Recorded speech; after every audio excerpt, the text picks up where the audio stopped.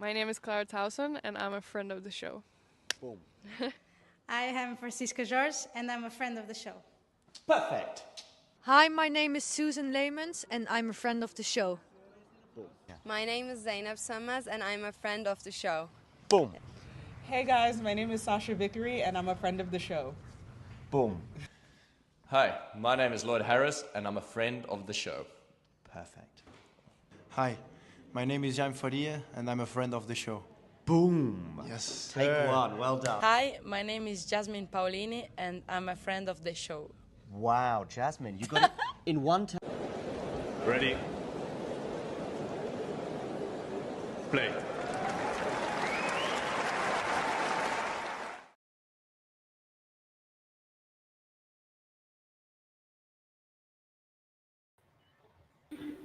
Well, that was a slightly unconventional beginning, Damien. It was indeed. But, we did get the intro. There's excitement about Lloyd Harris already. Unfortunately, the excitement will have to wait until he's back from the surgery. Yeah. But yeah, it's going to be the last ball drop show too. One very, very, very significant person in that intro video who I'm very excited to talk about. But I am going to wait. I'm going to begin with let's do the men's side and let's begin with is Tsitsipas still the biggest story of the day? Was he ever the biggest story of the day? That's my question, because that was kind of what I was saying when people were asking, right, about like the prediction for that match or something. Like, does it matter if Steph loses in the opening round or the second round? Like, it's just more of the same in terms of Tsitsipas. So I don't know if he was ever the biggest story of the day. Maybe he is, but that's only because there wasn't anything like monumental happening, as like, Djokovic didn't lose, Alcaraz didn't lose, Gauff didn't lose. But that's not because him actually losing is like such a massive thing. Faria didn't lose. Yeah. Yeah, but what about some of his post-match comments? Do they elevate the significance of what we saw in the match itself? Sort of, yeah. I mean, him just like openly saying that he doesn't feel the hunger anymore, at least not to that extent. Yeah, that is kind of a bigger deal than, yes, I agree. The news headline, definitely. And yeah, it just makes you think, like, how much longer are we going to get even like Stefanos Tsitsipas on the tour? Because if this keeps happening to him, I don't know. I mean, he really might just take a bit of a break or something like that. I have no idea. There was a point that Vanch highlighted where he didn't chase down a drop shot. It was a tough one, and one that I think he would have barely got a racket on. But I did think it was significant. I even thought he might have been a bit sick, because there were a few other points today that I thought where, I thought he just didn't seem at it. But I think that might have been, a little bit of what he alluded to afterwards. In terms of the match itself, I mean, it was on a knife edge until 5-all, 5-6 in that first set. And then Michelsen took it. And then maybe that just was enough to just deflate Stefanos. And the inflation, if you like, never got it back again. Yeah, I mean, the two opening sets, I didn't see the drop shot point, by the way. So I was only just basing this on like what Vanch said. But yeah, the first two sets, like, they were just so depressing in terms of Steph, because he lost it in 77 minutes, I think. Mm-hmm. And you literally felt like there's absolutely no chance that he can turn this around. I think it's both things, like just the fact that the weaknesses obviously are getting abused. Michelsen has a phenomenal skill set for that, absolutely. He loves going to the net. He has that backhand down the line, which of course goes at that Tsitsipas forehand, but just in general, the ability to switch so easily is massive. And then you also have the fact that the strengths just aren't that impressive. Like, is Tsitsipas serving much better than Alex Michelsen in that match? Not really. Is that Tsitsipas forehand enough to like kind of try to win the match on its own? No, not really. And yeah, just watching some of that match, I was just thinking, okay, I don't really see how Stefanos is supposed to get this, because there's no like one shot that maybe will tell me, okay, this is how he can suddenly claim, a few games in a row. Of course, in the end, the fourth set ended up being pretty dicey, and that's good that he actually had his moments at the very least. But yeah, still that incredible game finally from Michelsen to break back. The returns that he was hitting in this one, like 150 kilometers on every single one, I think, of these three return winners. And all in all, it's just like a very similar loss to what we've already seen from Stefanos many, many times. It's just that before it wasn't happening to him in Australia, you know. It's the fact that this was basically his favorite event, the huge Greek community and everything, ever since 2018 when he lost in the opening round. But then 2019, he gets to the quarters. And ever since then, I don't think he's lost before the third round. He was always really, really good at this event, kind of regardless of what was happening around it in his game. And right now, he doesn't even have that. Anything on Michelsen? I mean, I think Michelsen did his job today, maybe a little bit better than that. Maybe I'm being a bit harsh on him. But obviously, he beat Stefanos back end of last year. I think it was maybe in Tokyo, I'm going to say. Yeah. Any word on Michelsen and what he's achieved today? It's a more impressive win than the one over Steph in Tokyo, because there Stefanos had like a heat stroke or something like that. But still, I mean, it's one of the biggest ones of Alex's career, but it's not like it was one of the best performances I've ever seen from him or something like that. Honestly, that's kind of what it's been as well with Stefanos the last 6 months, right? You don't really need to peak to beat him. And I think Michelsen definitely played a very fine match. He had these, some incredible shot making, especially when he actually had to close out the match. But especially the first 2 sets, he was just playing his game, you know, and that's kind of enough. Playing his game with a sound tactical plan, which everybody knows what to do against Steph at this point.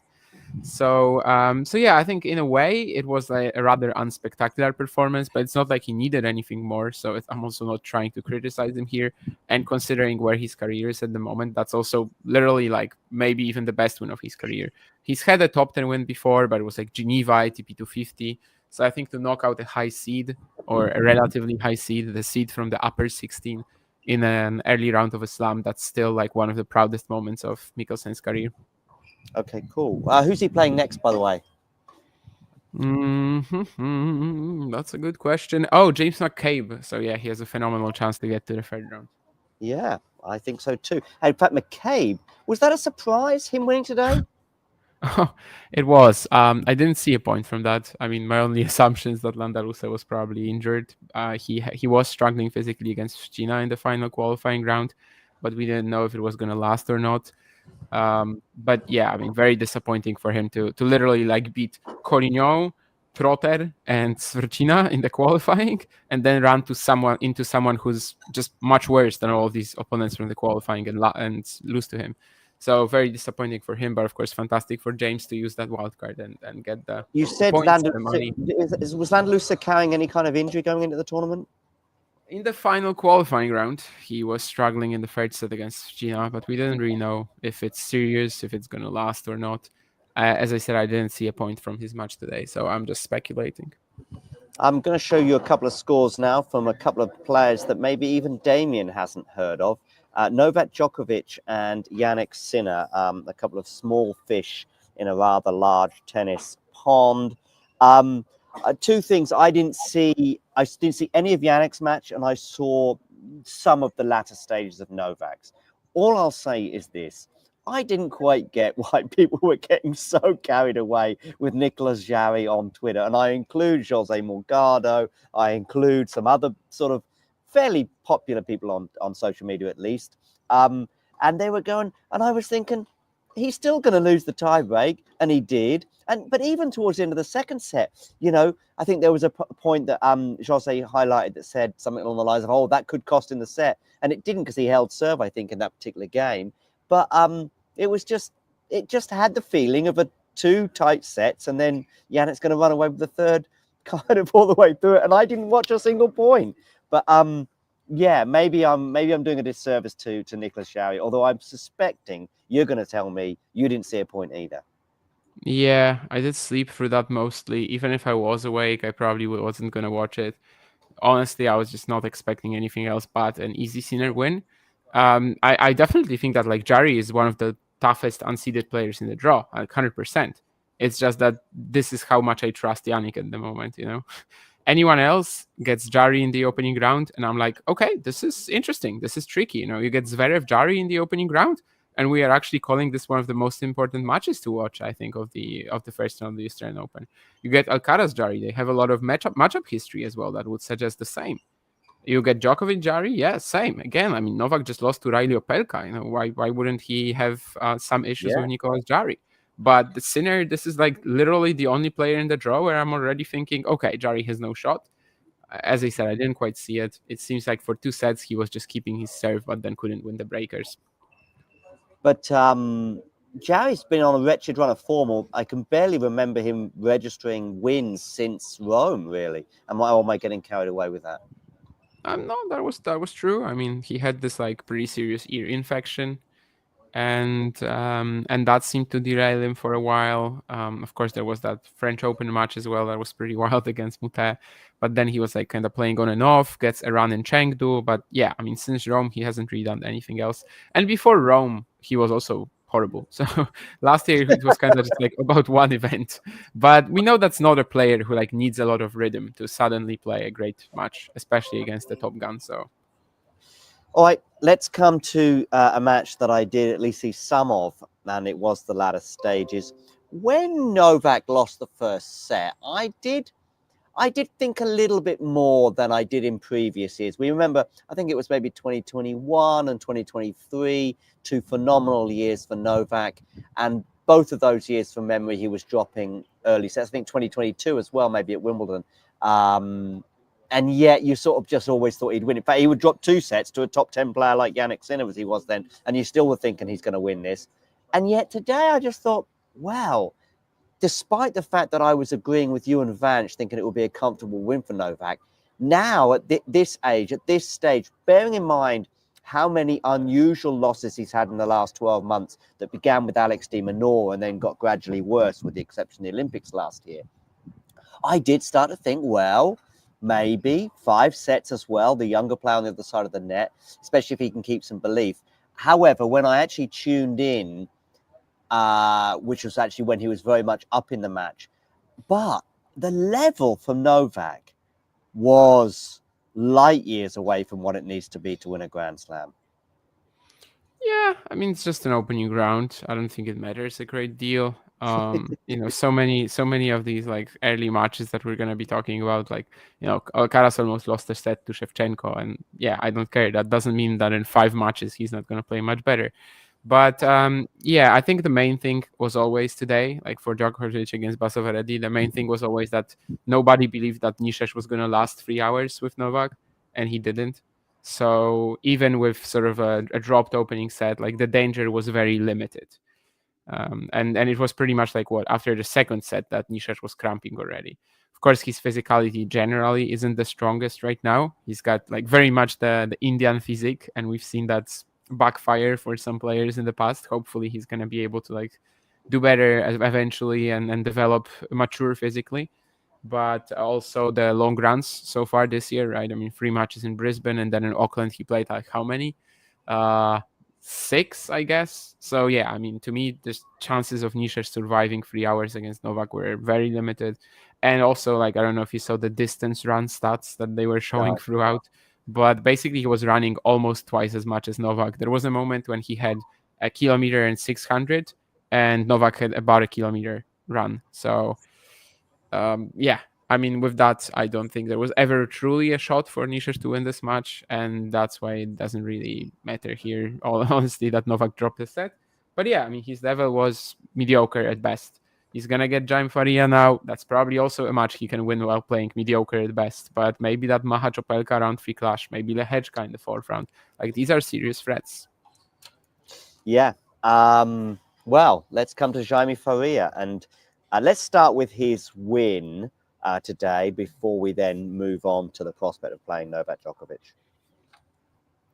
I mean, there's not much to talk about regarding his win. Kotov is also one of these players, like you mentioned with Jarry. He hasn't done anything in months. And today was probably his weakest performance since he got onto the main tour.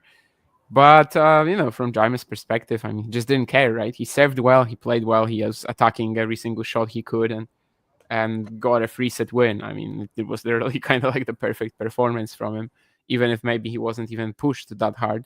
Kotov right now, he just seems to be, out of the top 100 in terms of his level, out of that ATP runner-up, Stockholm or wherever it was, level that he had about a year ago.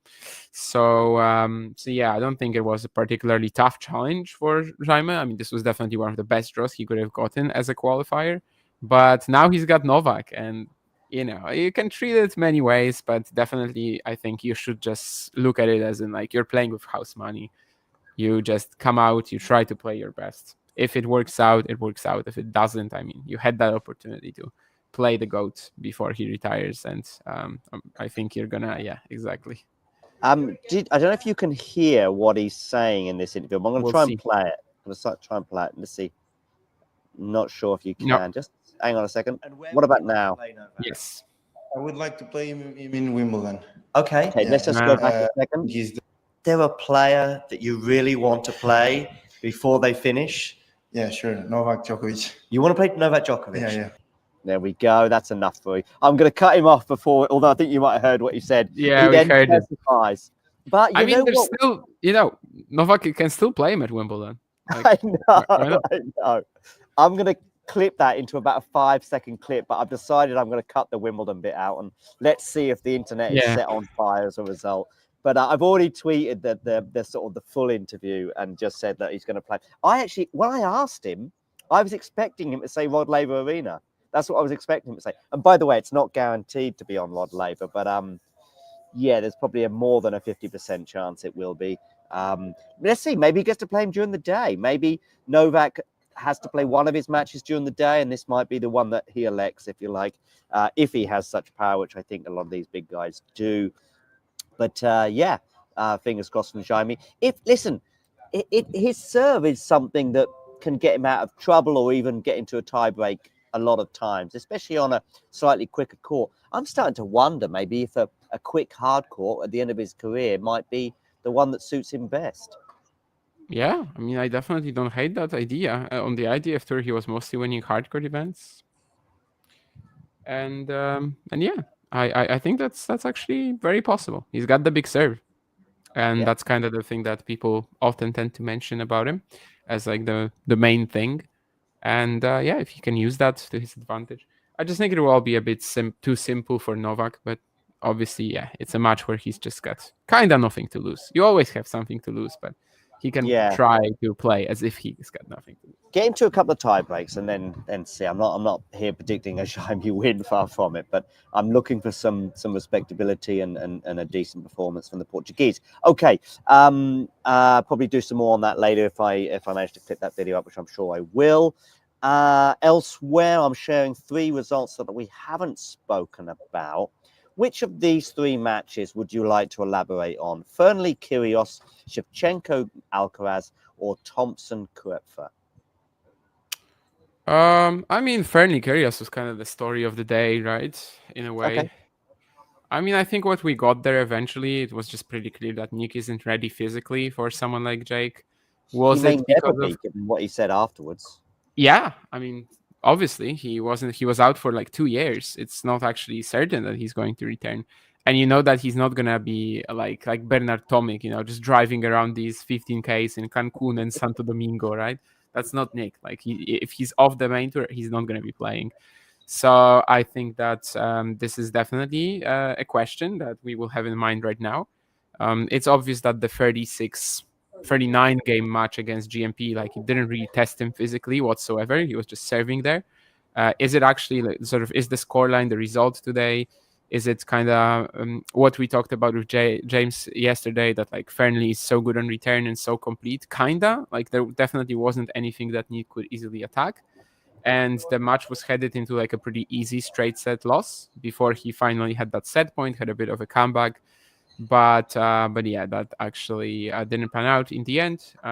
Very, very good win for Fearnley, but it's clear that Nick wasn't ready for this. Yeah, right. Okay, well, Kyrgios did say afterwards that this might be his last Australian Open.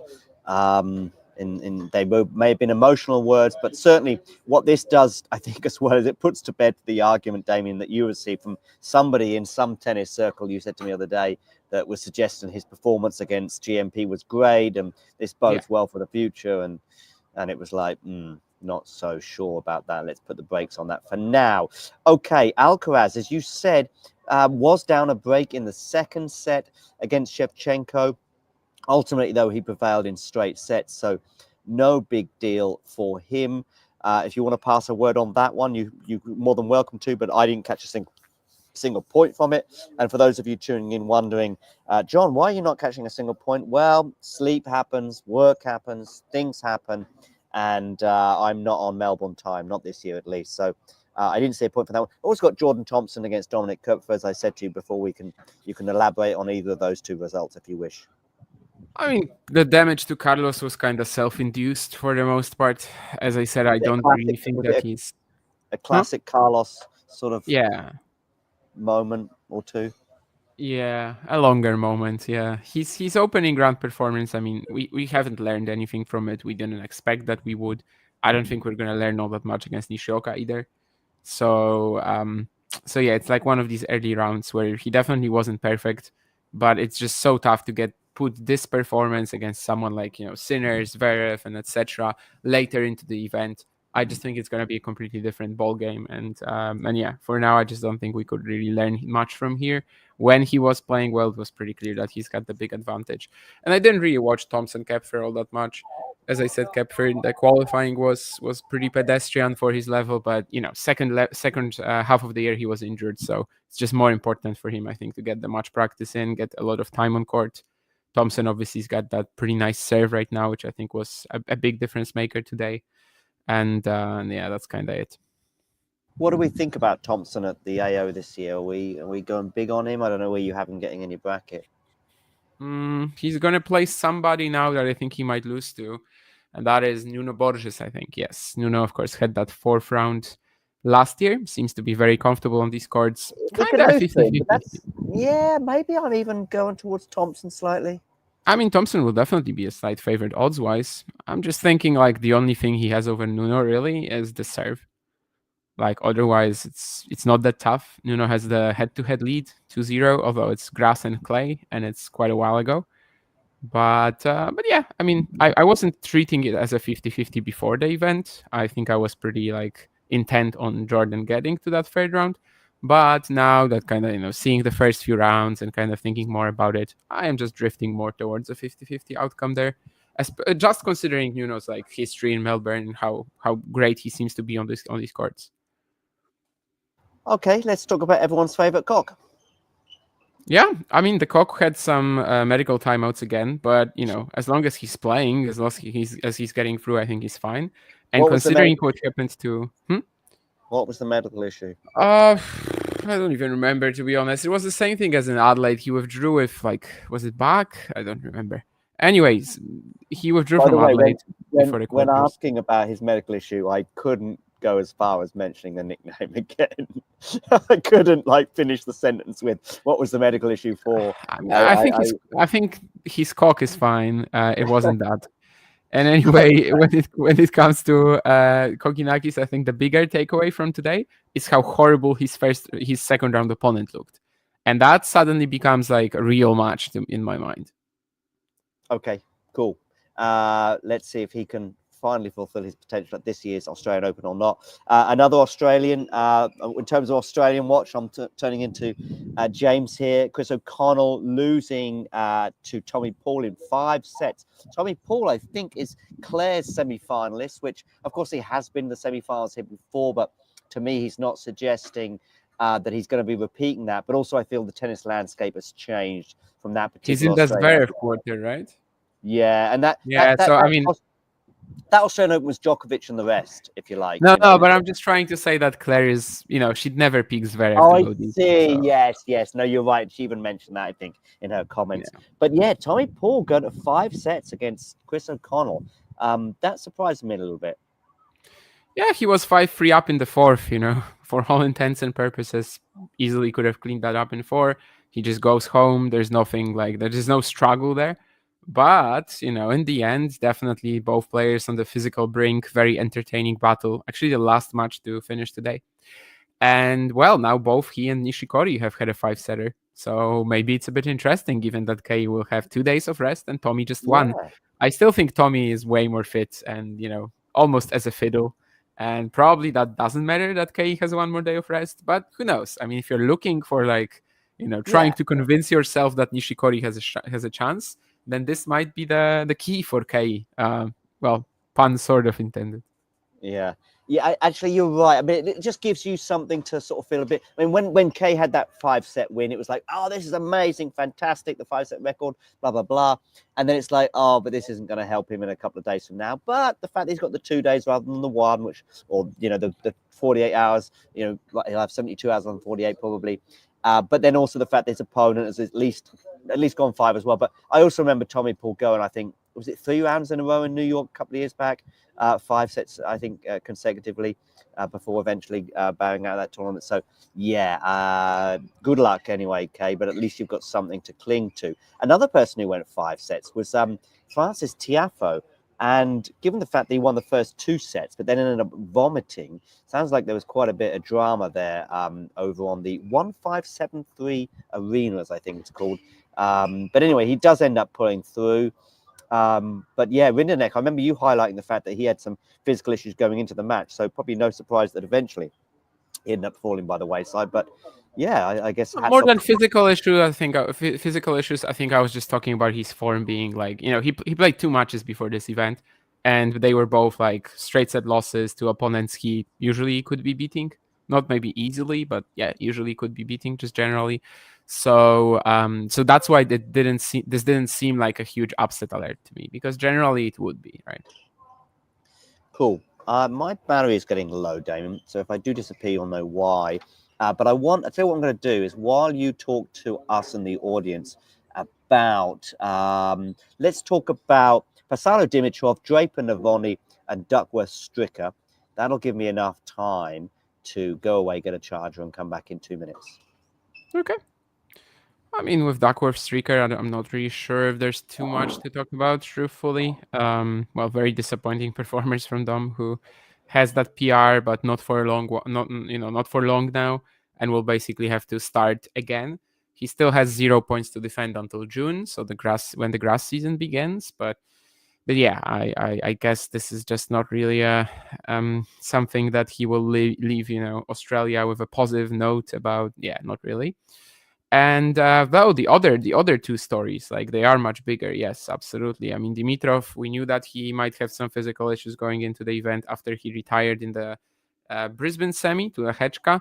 And from 5-all, we were just waiting for that retirement to happen today, honestly. He was so stiff with his back. I'm not sure if it was like groin, hip area, whatever it was, but basically he had treatment after losing the set. And you could see that this is just like, he's just waiting to go that breakdown. He did in the second set. Passaro, by the way, the most lucky loser you can possibly imagine, right? I mean, he gets in for Fognini. He was drawn first out of that 4-player draw between him, Eubanks, Delian, and Tirante. He gets drawn first out of that, so 25% chance. He gets in for Fognini, and he plays Dimitrov, who was injured going into the match and who basically didn't really push him at all.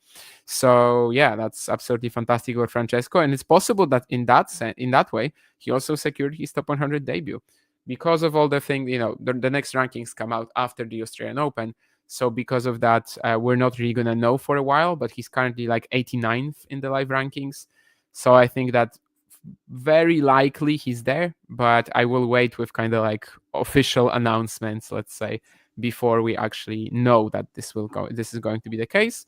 And Draper was the opponent for Kokkinakis, who I mentioned. Like, that's kind of the bigger takeaway for Kok today, that Draper was, oh wow, I mean, this was almost a tragedy for him, losing to Navone on hard courts. He made 88 unforced errors. He still survived, but the rallies were just brutal. I mean, Navone was doing nothing. Navone was not trying to like win the point in any way.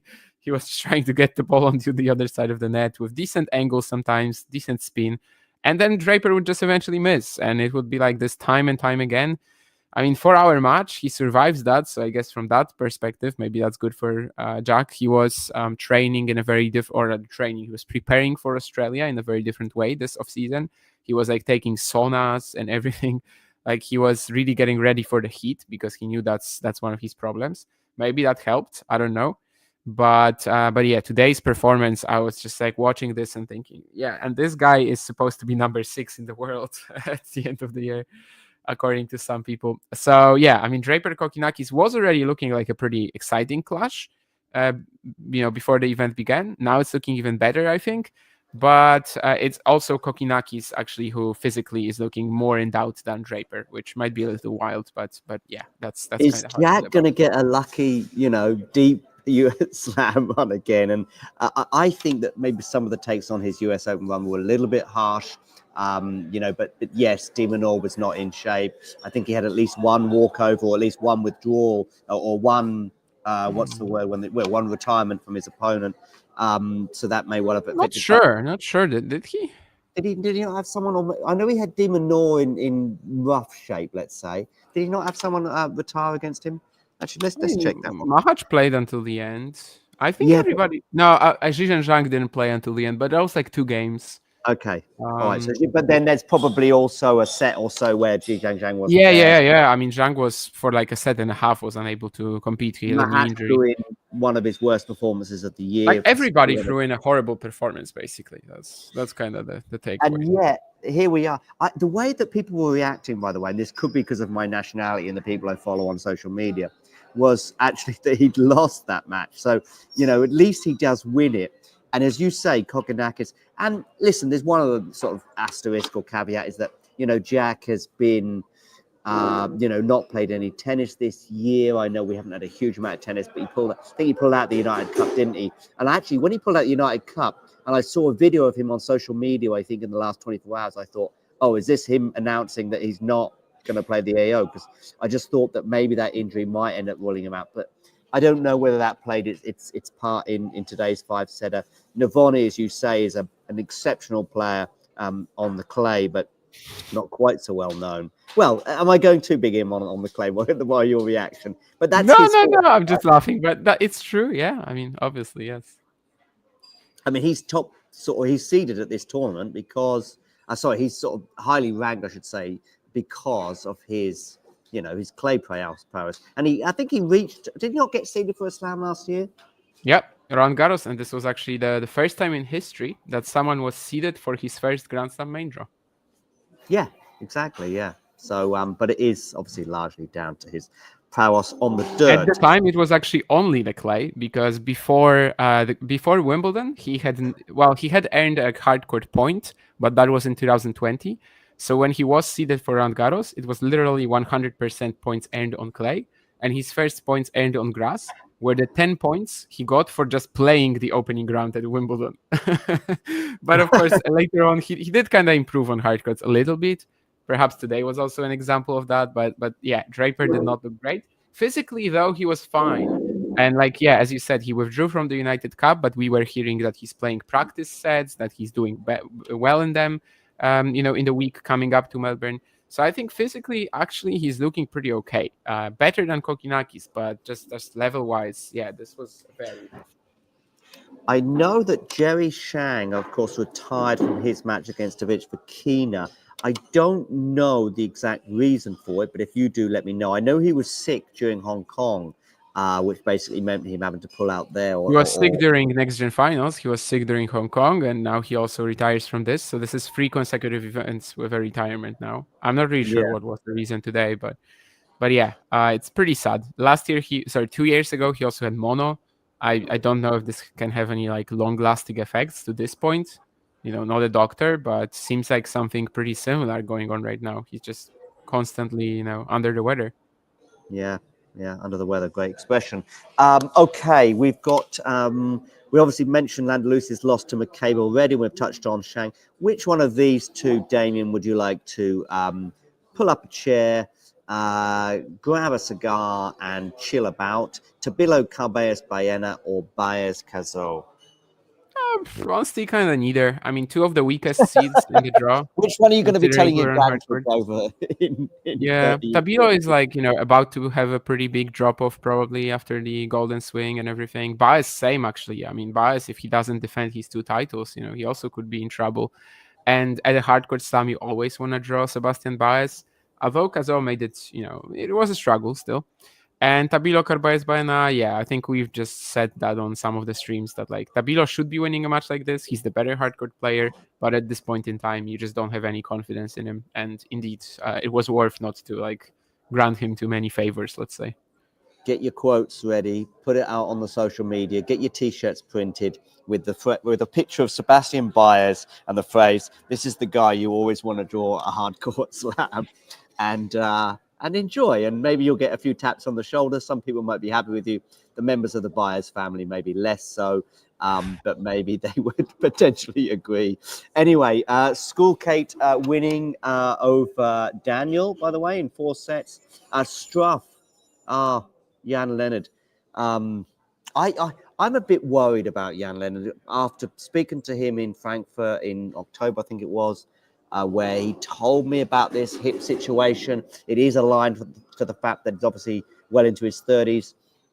And the way he was talking to me was like, I'm just going to try and power through.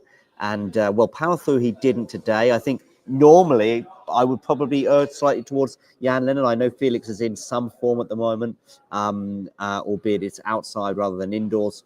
But I'm a bit worried about the German right now. But Felix, good on him for winning in 4 sets. I know that Ghosty is a huge fan of Felix, so he'll be very happy. Do you want to add anything to either of those 2 matches before we move on? Not really. I mean, Schoolkate also beat Daniel in the opening round at the US Open. There it was a comeback from 0 down. Here he wins in 4. And yeah, for Felix, I think it's obviously quite massive also to get this, because we don't really know how he's going to react to that Adelaide title, how much he has in the tank.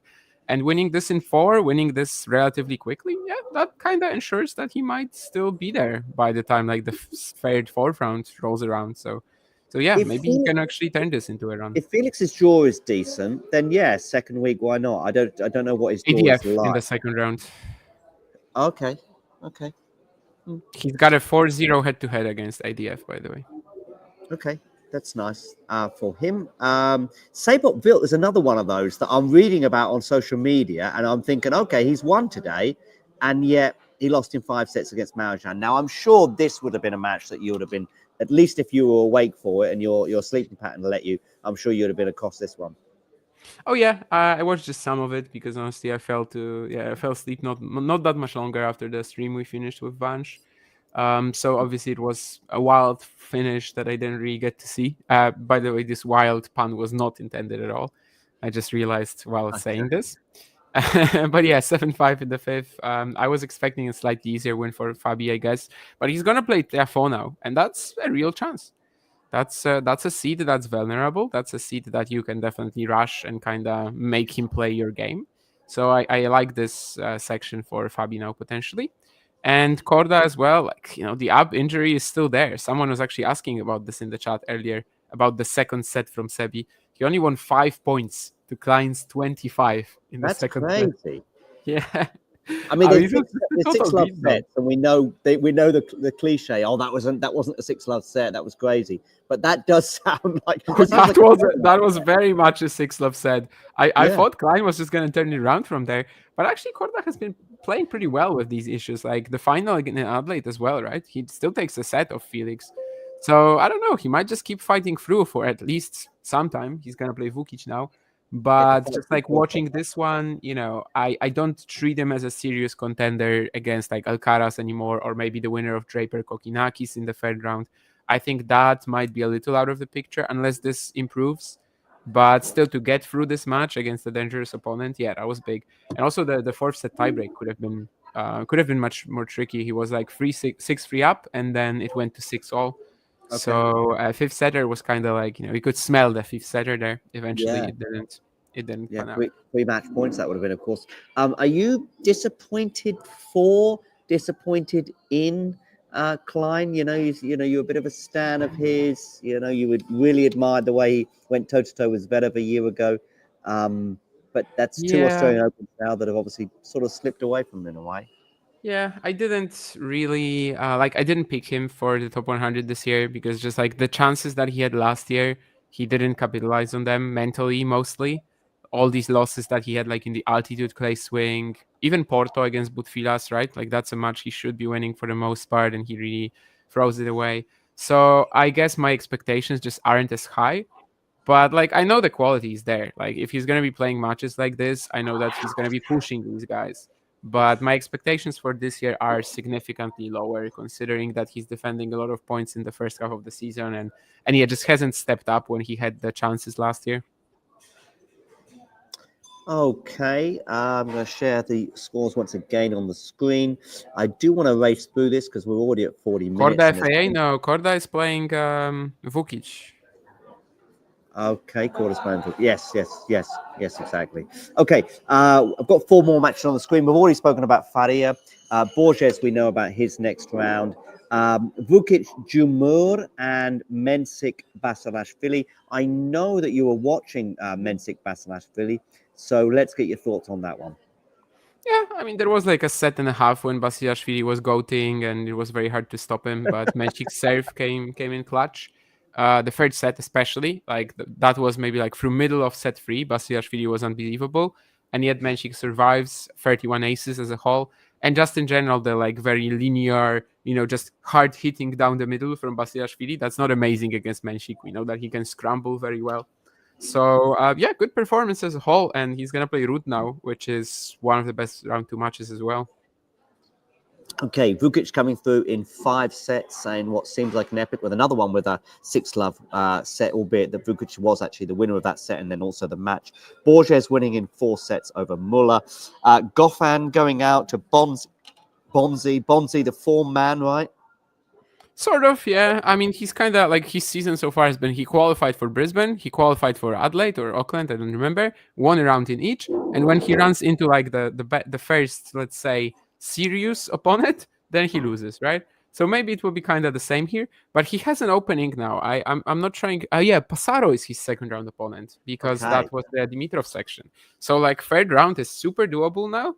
And Lehechka Bonzi round 3, for example, yeah, that wouldn't be that easy for Iji. So yeah, I think we might see a very similar event from Bonzi, like kind of just get his job done, and then the first like very good opponent he's running into probably will be a bit too much. Yeah. As is Dugas. I mean, I was thinking that when he played Nishioka, I was thinking that, you're gonna be playing somebody in the first round of a Grand Slam. You can play, of course, if you're not seeing, that means you can play absolutely anyone. Nishioka is certainly in the slightly more favorable group. He did at least take the first set, but ultimately went down in 4 sets. I'm gonna move on to the women, unless you've got something to add. Oh no, definitely. Congrats to our friend Aziz Dugas. And well, it was a fantastic showing anyway, this entire slam. First slam, hopefully not the last. And I just remember that comment, that exact word that began with F and rhymes with duck. Actually, I think it was a past tense of it. But anyway, when we said to him, what about the US Open, making the cut? And that was his word. And in the end, he was right in the end. He was right in the end. The cut was much, much lower than at Wimbledon. Here, it would have been enough, I think. Yeah, 234 here would have been enough. But at the US Open, it wasn't. Oh, wow. I was talking to somebody today who was 220, I think, and missed out on a cut for Wimbledon 2022. I think they said they were 220. And so, yeah, that's pretty unlucky. It's a woman, right? Or No, a guy. Really? Because at Wimbledon 22, I mean, that's the pointless one. So you'd have a few withdrawals. Like Gombos didn't play qualifying because he didn't want to play with 3 then. I'll tell you who it was later, but he was lamenting his fortune. Okay, listen, let's move on. Let's stay with the Australian Open, of course, and move on to the women. I'm going to start at the end of the day because that's the freshest one in my mind. And Naomi Osaka, actually, for me, was a bit of a surprise. She ended up getting pushed as much as she did, primarily because of the way she seemed very much in control of the match. During the first set, she had 1 break point in the second set. They were on serve, but then Garcia gets the break. And then, Garcia actually was just turned that match around in terms of the fact. And then I think she has a couple of break points at the beginning of the third set. And that was the turning point. Osaka, screams with joy when she saves one of those break points. I think the second of the 2 with a ball that went long from Garcia. And she then gets the break and holds on to it before ends up winning that match in 3 sets. A little bit more difficult than I thought it was going to be. She'll now play Mukova, who won 6-1, 6-1 today. Any thoughts on any of those comments before we move on to other matches on the women's side?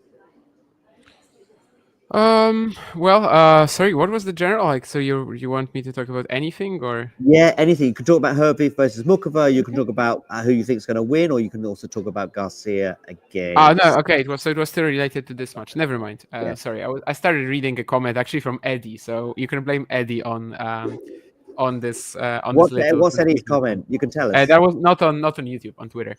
Anyway, yeah, I think I didn't really pay too much attention to this one. Garcia, we know that of course she's like, she's part-timing in a way now. She hasn't played since September, but still a big serve. Osaka is one of the kind of like least, let's say, successful players in handling big serves on the tour, I think, maybe alongside like Ostapenko. So still obviously a very aggressive game. So it's good for Naomi to pull through, but now she's going to play Muchova.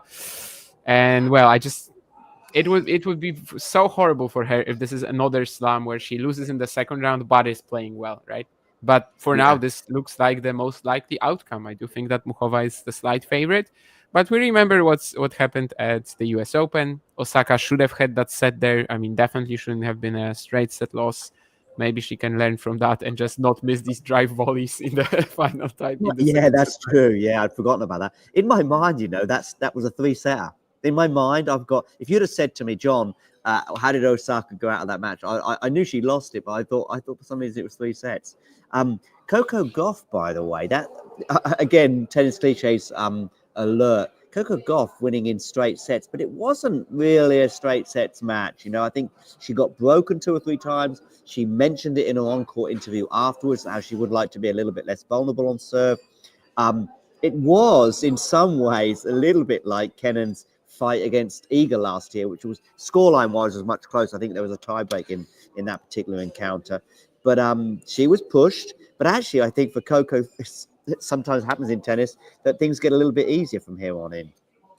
Yeah, I mean, at the same time, you can definitely note that the double fault count went up. You can note that the forehand didn't have quite as much offensive power as it did at the United Cup. Is it just some sort of like early issues with the timing on these courts and it's going to get better with every match? Probably. I mean, her base game is still like, even without the improvements in the serve and forehand, her base game is fine, of course, to like probably win a few rounds regardless of how she's playing, really. So I think kind of similarly to Alcaraz, it's just not a performance that tells us a lot in regards to how she will play in the semis, in the quarters of this event. But yeah, I mean, Kenin getting Gauff here, didn't really feel like she had a shot. Apparently, Coco's level was a little mediocre, but that's fine in this opening round, and it really doesn't say much about how it's going to be going forward. 3-set win for Tomljanovic over Kruger. I think people were getting pretty excited about that. I think that was happening at the same time as the live stream earlier on for Tsitsipas, Michelsen, and many other matches. But people were very excited about Isla and great to see her getting a win under her belt. Danielle Collins winning in straight sets and her fellow American Jessica Pegula doing the same. And I think some people thought that joint would make things difficult for Jessica, but that didn't seem to be the case. I'm going to just get your thoughts, though, on Iga against Siniakova. Actually, I did watch this pretty much from start to finish. I mean, start to finish at a Grand Slam does mean eyes are going elsewhere. But for this particular encounter, again, actually, maybe a little bit like the Kenin one, the scoreline doesn't entirely tell the story. Siniakova was down a set and a break, but got one of those breaks back. I actually thought her level and her backhand in particular were looking pretty good. And yeah, this was a bit more difficult for Iga. As I say, the scoreline probably fits the narrative of Iga should brush her aside and win quite comfortably. But an hour and 21 minutes, and Siniakova did make it, a lot closer than that scoreline suggests. As for Iga, yeah, I mean, I think it's job done. I think that there were some mental challenges for her to overcome, particularly having, got broken back in that second set. So that's a good sign. I haven't quite seen the variety yet from her, and maybe we might have to wait until after the Australian Open before we really get to see that, because I'm not quite seeing huge amounts of differences in terms of variety. I know some people are mentioning things about the serve, but again, the return still seems to... By the way, the return was very good today. I will say that. That is something that sometimes people highlight, although I still think she's one of the best returners in the game. Damien, thoughts? Yeah, kind of similar. I mean, it's just an early performance you have to get through. I guess I thought Siniakova would be trying to like mix up things a little bit more, use some of that excellent doubles pedigree that she has. She wasn't really able to. Yeah, the serving, the returning as well from Iga was I guess fine. Yeah, and that's what Elena is saying. Like, yeah, it's just, performances that are not their best ever, but it's the opening round. You just want to win. I just want to get through. And I think that sometimes we are a little too harsh on this, especially Sabalenka. Like when people were criticizing her yesterday, I was like, oh, come on. I mean, she still won this easily against a rather uncomfortable opponent. Swiatek, yeah, just did her job. In fact, I think after the match, she said that this was way tougher than her usual first rounds at slams. So that's kind of funny because, I guess she's also used to these like 6-1, 6-1s, right? Of course, she had a tough one in Australia last year. She also had a tough one in Australia 2 years ago against Juni Meyer in the first round. So I guess for an Australian Open round one, that's actually kind of similar. But yeah, again, it's not really a performance that is going to tell us much about how she's going to look in 2-3 rounds. But yeah, getting through is just the most important part of it so far. And in terms of the variety that you mentioned, I mean, did we see it much at the United Cup? I don't think it's going to be a factor really in this event. But of course, in the United Cup, we got some other like good tactical nuggets in terms of playing against that high pace of Rybakina, which might come handy in the semifinals. But for now, of course, let's just not look that far ahead. Just a serviceable showing, and that's it.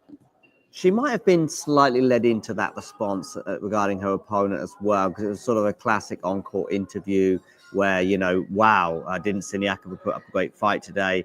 And of course, Iga's going to, pay lip service. I mean, it's interesting that she responded with, comparing to previous years. But that may have just been a classic sort of Iga, not necessarily. She's not probably thinking, I really want to pay disrespect to the people I played here in the first round in other years. She just wants to play Siniakova the respects that she deserved. Okay, Azarenka going out. That was somebody I think I had Iga playing in the fourth round. That doesn't necessarily things are going to be any easier for her, because actually I do think that she would have dealt with the Azarenka pretty comfortably. But nevertheless, I think Iga's route now to the quarterfinal compared to last year is looking pretty good. Sort of. I mean, there's still a few dangerous opponents. Third round, Alexandrova, Anisimova. Fourth round, you've got Kalinskaya. Like, these are all exactly like the type of players that usually trouble Swiatek. It's just you don't really know whether they will be hitting their best stuff on the day. But if they are, then Iga is going to have to dig deep and show, some of that United Cup great tactics against Rybakina from, let's say, 4-5 at first set. If they are firing, Alexandrova has pushed her in most matches in the past, especially in medium fast, too fast conditions. And obviously Anisimova, Kalinskaya beat her in Dubai last year. Like, these are actually challenging opponents for her. I think sort of like Noskova last year, for example. Like, it's kind of the same level, really. Maybe not quite like Collins, who's been even more troublesome for Iga generally. But yeah, it's not that easy. But if you want her to really like make progress, she has to get through that, and she has to make the semis at least. Yeah, tall order, but that's the kind of expectations we have. I did like. I'm always a bit wary of some of the praise that people give commentators for on social media. I think it becomes a sort of a fashion thing to do, and people sort of just mimic each other. They go, oh yeah, X person is an amazing commentator, and then everyone starts saying it, and they even start using the same words. However, I did like something that Petkovic said during commentary today, which was she was comparing Iga at times to Pep Guardiola in terms of Pep Guardiola's team, in terms of just high press, making you just not, not have a single moment's rest. As soon as your defenders have got the ball, even your goalkeeper's got the ball, he's under pressure. And Iga just basically being all over her opponent. This was when she was a break-up in the first set. Funny enough, she got broken back shortly afterwards. But I did quite like that analogy. And I can imagine that playing Iga is very much like that. Moving on, Bencic winning in straight sets over Ostapenko. Kostyuk winning in 3 sets over Ibino. Ava, I hope I'm saying her name right, winning a third set, a deciding set tiebreaker to 5 over Greek and Gibson knocking out Sonmez. I will just say one thing on that Sonmez was in a pretty good position in that match, but unfortunately let it slip. And once it went to the third set, it did feel like things were very much slipping away from her. Kostic, as I said, winning in 3 sets as well. But I probably only want you to talk about one match here, which is Bencic-Ostapenko, because I know you were quite excited about this match before it got underway. Did it deliver? Well, maybe because of the finish. Like the last 30 minutes, they were very entertaining. Ostapenko saving 5 match points on return, I think, in the 4-5 game, then having 2 set points herself. But just generally speaking, I guess it's just not a matchup that's going to surprise you, right? We knew exactly how these women are going to play. Bencic trying to counterpunch, very flat shots, getting on the crouch because she has to against what Ostapenko is throwing at her. And Ostapenko is just going to be penkoing her way through this. So I think we kind of just knew exactly how this match was going to look. And for a while, it was looking pretty comfortable for Belinda as well. But the last 30 minutes, I think they did deliver on the entertainment value. Of course, you still had some wild misses from Jelena, but the way that she was saving these match points and eventually putting Belinda under pressure, it's massive for Bencic to win her first match at a slam since 2023 US Open, because last year I don't think she played a single slam, obviously, being out for most of the season due to her pregnancy. So yeah, I just have a lot of high expectations for her this year, and this is a very good step forward in terms of that. But yeah, I mean, I enjoyed watching this one. Definitely one of my favorite matches today. Okay, Dollarhide through in straight sets. I've already mentioned Mukova going through against Podoroska, also in straight sets, the loss of just 2 games. Lynette as well, your compatriot, and her new coaching partnership hasn't got off to the best start in terms of the Grand Slams this year, losing in 3 sets to Uchijima of Japan. Pavlyuchenkova winning in 3 sets against Yuan. I know that there will be some disappointment there. Svitolina winning in straight sets over Chustaya, and Samsonova is through to the next round. Samsonova, am I right that that's a potential quarterfinal? Or is that 4? No, that's actually, she's in Iga's path, isn't she? She's a 3rd round opponent potentially for Iga. Okay, yes, sorry. I probably was sleeping on that one. I think you didn't even mention it. Am I not? I think that's Alexandrova and Anisimova. Yes. Yes, you're absolutely right. Okay, moving swiftly on. Harriet Dart winning in 3 sets over Fett. Svitolina straight sets, as I said, over Chustaya, and Shramkova, who will be the next opponent for Iga Swiatek, winning in 3 sets over friend of Nerland's, Katie Volinets. Any of these particular matches that I've just highlighted you'd like to elaborate on? Not really. I haven't really watched any of that. Fair enough. But some good news anyway. If Lynette's demise, Frech, I should say Frech, right? Frech is through. Very good. You've passed your Polish test for today. She is through after beating Polina Kudermetova, by the way, who actually had winning that particular match, I think, after her performances pre-Australian Open. And Jodie Bowich. It feels like that was yesterday, and it probably almost was that match that she won over Jean so early on in the day, was it? Mertens beating Golubic, and Christian against Martic and Danilovic. Nice to see her progressing. And Niemeyer winning her particular first round against. By the way, can you pronounce this one? Or let me have a go first. Chwalinska. It's more or less fine. Chwalinska. Yeah. All right. Well, she won 1 game against Yulia Niemeyer. I wonder how that one ended up occurring. Maybe Yulia, bless her, felt a little bit of sympathy for her opponent, but who knows? Okay. She exacted revenge in a very decisive manner. Let's just say that. What matches tomorrow, Damien, or tonight, or wherever you're tuning in from, the upcoming 24 hours, are you most looking forward to, do you think? I mean, tomorrow is a very one match dominated I day. know the one match. Nobody cares about the other 39 singles matches. Nobody cares. Has anything changed obviously in terms of the players that shouldn't have done, because we've not had any injury leaks, or there's been this or that, or coaching changes or upheavals or press conference comments that would have really affected our thinking. But are we now maybe a little calming down and maybe thinking, oh, maybe this is... But then I think both of us were just erring towards Andre. But did you not end up picking Fonseca in your bracket? I did, because it's just for fun, and I'm like, yeah, let's ride it. I don't care if I'm gonna be right. I just wanna pick Fonseca. And then that's what I did. So I will have no regrets if he loses in that sense. And maybe the buzz has like kind of quieted down a little bit, because obviously you're just not going to have as many people talking about this match anymore, simply because, well, we had 2 days of action at the Australian Open, right? So there were other headlines, other topics, other players that were kind of in the spotlight. But yeah, I'm hoping that tomorrow this match just gets as much... pull down your lower lip. That I'm hoping that tomorrow this match just gets as much of attention as it can. And obviously this is also the last one, right, on one of the main courts. So I think it's a good spot for that. Yeah. I think, and the other day, though, we'd often be thinking about Zhang Runo as being a particular highlight, right? I guess given ZZZ's form, I just don't really believe in him winning 3 sets against Rune, maybe. I mean, Rune is just so all-rounded, very good on the defense too. But of course, Triple Z is someone who doesn't need a lot of rhythm to perform. Like sometimes he's just going to have a random great event out of nowhere. So maybe. So personally, more of a match where I will tune in if it's pretty close rather than anything else. I mean, Rune Grand Slams. Trying to think, when was the last time he had a decent run? Wimbledon 23, maybe? This year's Wimbledon was the 4th round. I don't know if that counts or not. Decent-ish. That's borderline decent, isn't it? Yeah.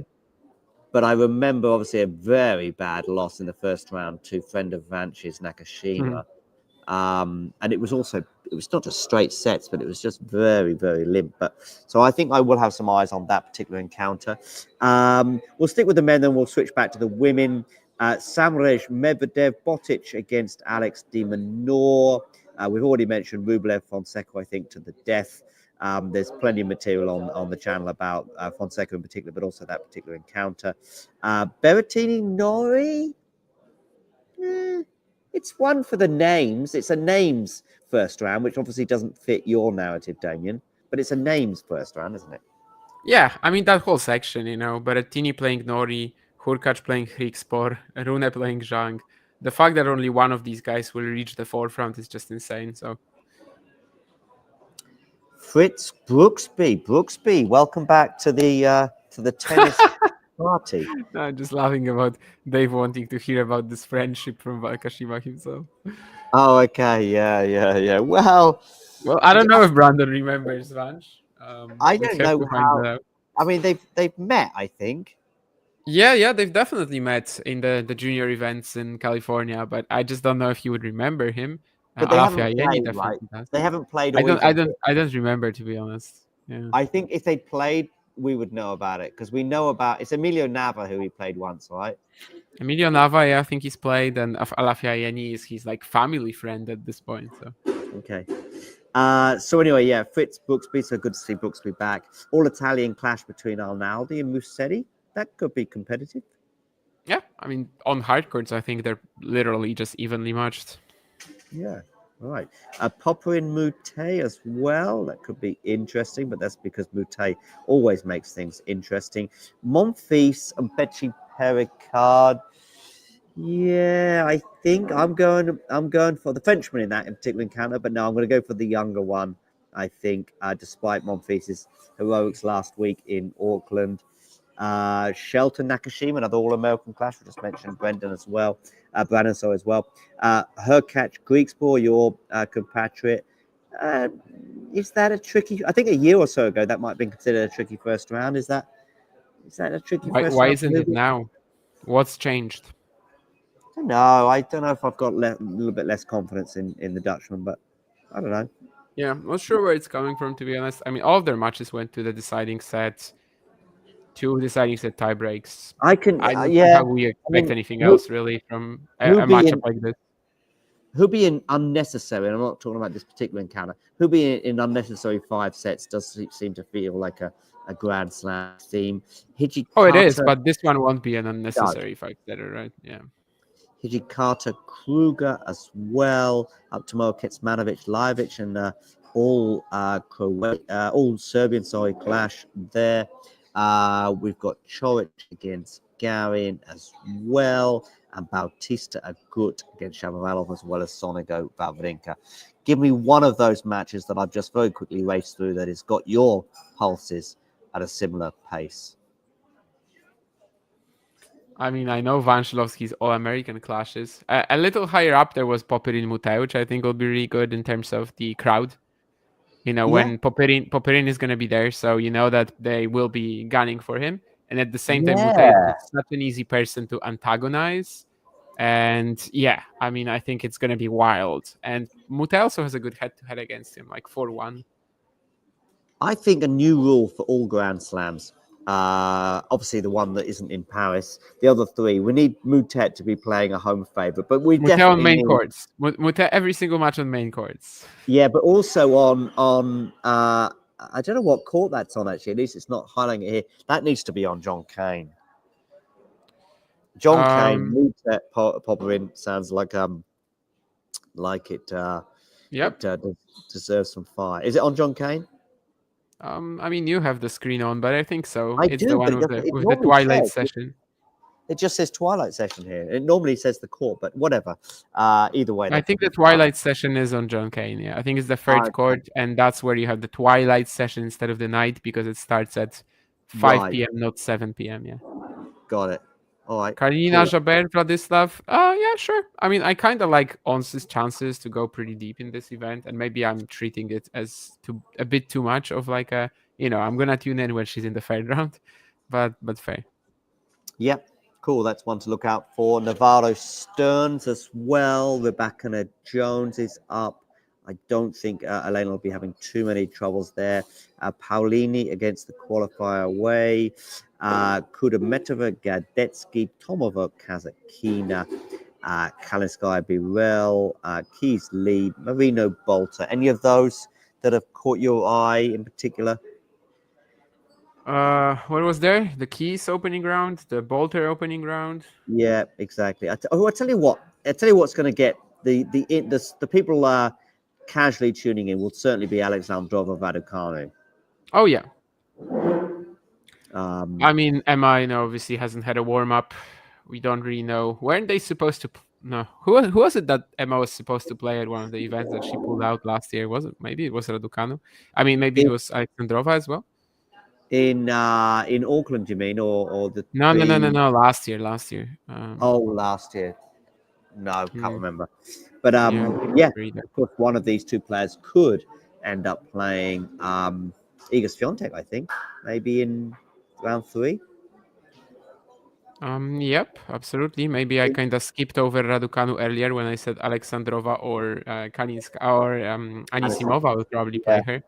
I mean, she's the third favorite in that horse. I think that race. There's sorry, I got it the other way around. So Raducanu and Alexandrova were supposed to play in the opening round at Wimbledon, but it was Alexandrova who withdrew.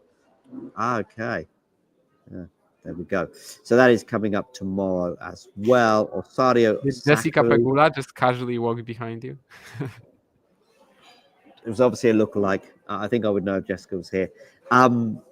But we've got Kalinina against Jabeur, which has already been highlighted. Osario Sakkari. By the way, I was about to say we need to have Sakkari on upset alert, but it's so frequent now that it's no longer, I think, an upset. Number 31. You're not really on upset alert when you're the number 31 seed. I mean, I guess we're equally or maybe even more slightly down on her than we are her compatriot Stefanos. Wong up against Graber, and Kovanic against Sun, as well as McNally against Grasheva as well. So that rounds off the matches for tomorrow.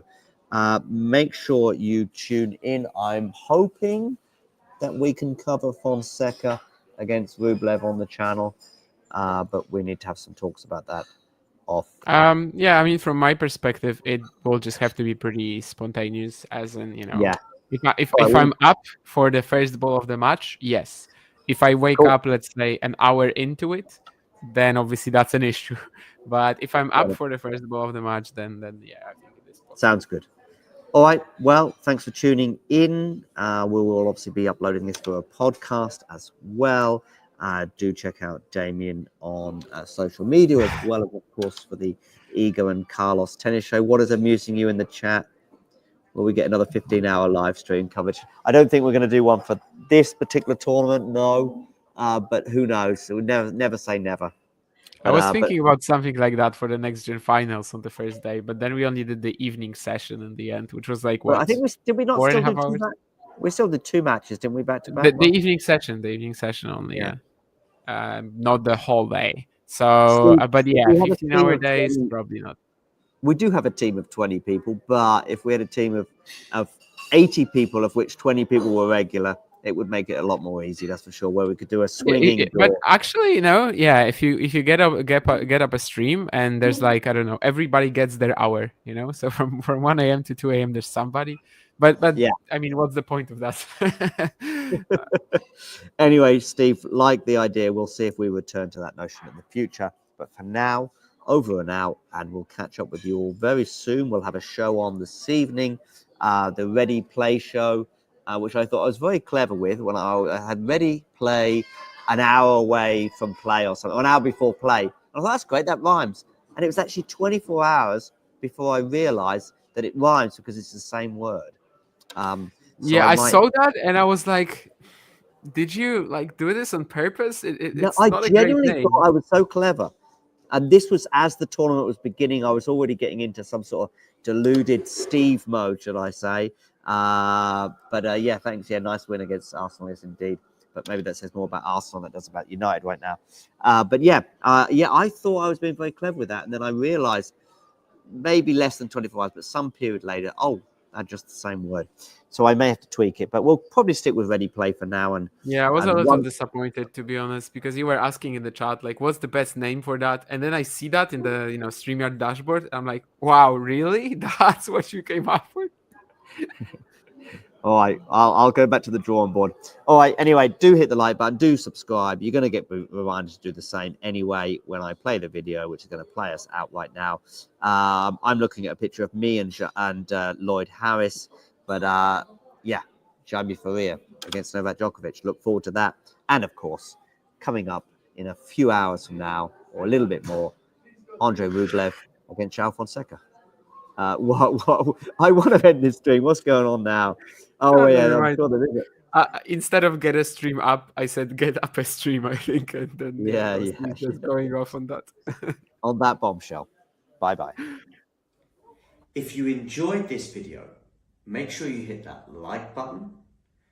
Don't forget to subscribe and click that notification bell so you don't miss out on all things tennis.